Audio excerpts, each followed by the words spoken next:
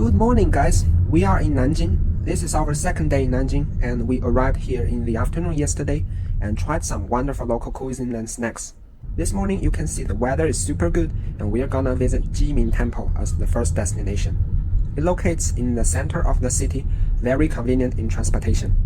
So during your 144 hours visa, and after staying in Shanghai for several days maybe, do consider coming to Nanjing. And before you go, check out my vlog. We are preparing for our Hanfu tour. We actually bought the Hanfu online and find a nearby shop to do the makeup and hair. Yes, we're about to enter Jiming Temple. And you can see that there has been already a lot of people there. And we will find a way to manage to enter the temple. The ticket is 10 yuan per person. You can buy it online and you can buy it on site.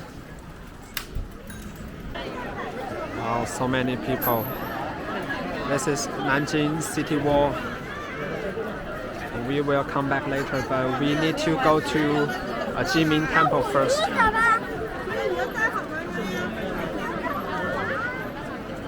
So many people are waiting here to buy the tickets. So if you have ever any chance, please buy the tickets online. And it's hard to find the entrance. We need to go a long way. Okay, so before we find the entrance, I can briefly introduce the history of this temple. And it was founded in the year of 500 AD, roughly. And this temple has witnessed the rise and fall of numerous dynasties and remaining a sacred place of worship and for several generations, for countless generations. And around 500 AD, this temple was the biggest of this kind especially during the Liang dynasty. And it has some pretty wild stories to tell. And that is the front door of Jiming Temple. People are gathering there to take photos, but you cannot enter from there. Yeah, I was still finding the way to enter this temple, but it was so many people. I'm thinking about giving up on these sites, but I really wish to go inside to see how many historical heritage that I can find. And also I have already paid for the tickets. So let's stick to it. Okay, stick to our plan. So after walking for 10 minutes, we have just arrived at the end of this line. And we are gonna start from the back of the line. And let us see how many more minutes we are gonna wait until we finally made it to the temple. So we have waited in the line for almost 10 minutes. But so far so good. We have moved for roughly 100 meters, I think. There's still 150 meters to go. So after maybe 30 minutes, we finally made it to near the entrance. And let's continue our story. Liang dynasty only conquered southern part of China, with northern part ruled by Xianbei, then nomadic people, but now integrated into Han. And Liang Wudi, the emperor at that time in Liang dynasty at first, was an ambitious emperor who prospered his country and dedicated to take back the northern part. But as he grew older, he became so into Buddhism that he took several breaks from ruling to become a monk, just right here in Jiming Temple. And the Jiming Temple at that time was just opposite to his palace, so it was very convenient for him. And at Liang Wudi's reign, most money were used to build temple and promote Buddhism. And the dynasty started to recess because people are giving up on farming and doing commercial things. But many of them have become monks just like their emperor. So that's why the country started to recess. There was a poem that depicts the flourishing of Buddhism at the time. and expresses the lament of later generations. 南朝484多少楼台烟雨中, which can be translated to, in the Southern Dynasty, hundreds of temples were built. In the current mist and rain, how many of them were left? Finally, we come inside the temple.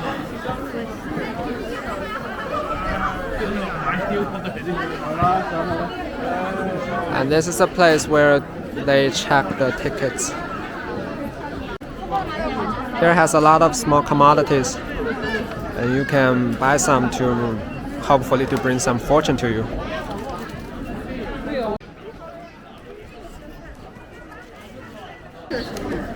It says World Peace. I guess this is the main chamber, and we're not allowed to enter, but you can see there's a lot of people are praying. You see, so many people are praying even though they are not allowed to enter. Here you can buy a card and write your hope and wishes on it, but it costs 10 yuan for each one. In Chinese history, religion is never separated from politics. Starting with Confucianism, which became the only official belief in Han Dynasty, telling people to stick to the morality and to obey hierarchy, able to solidify emperor's reign. Then, this ideology was abandoned after Han, when China entered hundreds of years of endless chaos and civil wars, when Chinese people believed in force, utility, and betrayal. It is when Buddhism came to China and became popular, telling people you don't have to be part of the ruthless world. You can be peace, be kind, and then have a wonderful afterlife. Still, emperors could take advantage from Buddhism. In peacetime promoting Buddhism, then people will give up their incentive to overthrow you. In wartime, burn the temples and get monks back to soldiers and farmers. At Liang Wudi's time, northern China was always in wars, and southern China was always in bloody palace coups. After he founded the Liang dynasty, still with a coup, he tried to re-establish people's morality so that there won't be a next coup to overthrow him again. Thus, he promoted Buddhism and then served as a monk himself, abandoned meat and sex to become a role model for everyone. After an initial success, he went too far. He lived too long, died at age 86, the second oldest emperor in whole Chinese history. He was so old that he became addicted to these cosplay games, isolating himself from the reality and not knowing how many people were suffered outside of Jiming Temple. Liang Wudi served as monk for 4 times, exactly in this temple, more than 1,400 years ago. All the wealth and population were invested in the religion. Nobody were willing to and be able to defend his reign. Ultimately, the troops with 1,000 soldiers rebelled and easily made it to the palace, starving Liang Wudi to death, and later put an end to his dynasty. I don't know what is she doing. She's trying to burn something and to send them to the heaven. But I just don't know what is inside the rat bag. This wall is popular for picture. Another interesting story was that the Bodhidharma, an Indian saint who introduced Buddhism in China, had an unhappy conversation with Liang Wudi in this temple. Having built temples across southern China, converting countless people to monk, Liang Wudi wanted some compliment, but Bodhidharma just said no, right in front of his face, saying, "You had no achievement." Bodhidharma talked about the essence of Buddhism, letting go of desire and honor, while Liang Wudi thought about how he used Buddhism to firm his ruling in a practical way. This is also how normal Chinese people treat religion. It is all about business. So people are waiting here because this is the chamber for wealth. Everybody's want to make some money, so that's why this chamber is so popular.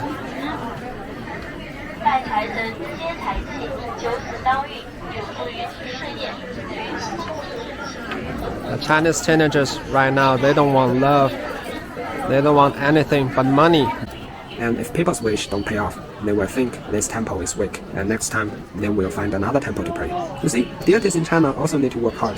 This is super common in teenagers nowadays, which judge temples just like giving rank to restaurants. You will see many things on social media be like, Temple A is good for wealth, I got promoted. Another comments to be like, couples should never go to Temple B to pray for love. I broke up with my boyfriend only 1 week later. Look, another place for good pictures. Burning the incense is the most important step. When you see the smoke drifting in the air, it means your wishes have been sent to the heavens. 因现在进香的人数较多，请大家将手上的香直接投入天香炉内，不要拿着香来回走动，注意安全，谢谢。阿弥陀佛。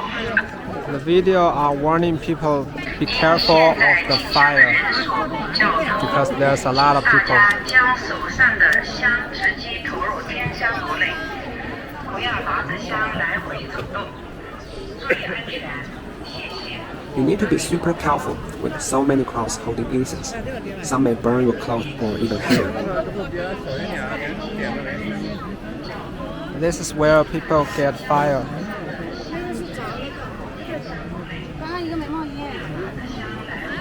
Here's the place. You can have 3 incense for free. You can see some prayers are bending down, and some are turning around heading to different directions. These are all actions to show their piety. We're gonna leave this temple. I think whether you are a history lover, a spiritual seeker, or simply someone looking for beautiful pictures, Jilin Temple offers something for everyone. For foreign visitors, this is a great place to observe and understand Chinese Buddhism. However, it is so crowded today, and I believe in working days it might not be much better, so I will give it a 7 point. At the time of leaving this temple, I wish every audience who are watching this video a good health and be rich. Yes, be rich. In the next episode, we're gonna visit some other impressive heritages from more than 600 years ago, the Ming Dynasty. Also, there are a lot of interesting stories to tell. Be sure to subscribe my channel so you can follow my updates.